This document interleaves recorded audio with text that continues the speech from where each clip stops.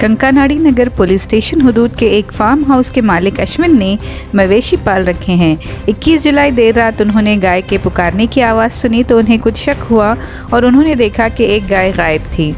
चोरीशुदा गाय की कीमत तकरीबन 40,000 बताई जा रही है। केस की तफ्तीश के दौरान 5 मुल्जिमान को हिरासत में लिया गया है, जिनकी शनाख्त मोहम्मद अशफाक उर्फ शमशीर, अजहरुद्दीन, सुहेल, मोहम्मद आफरीद और मोहम्मद शाहिद के तौर पर की गई है।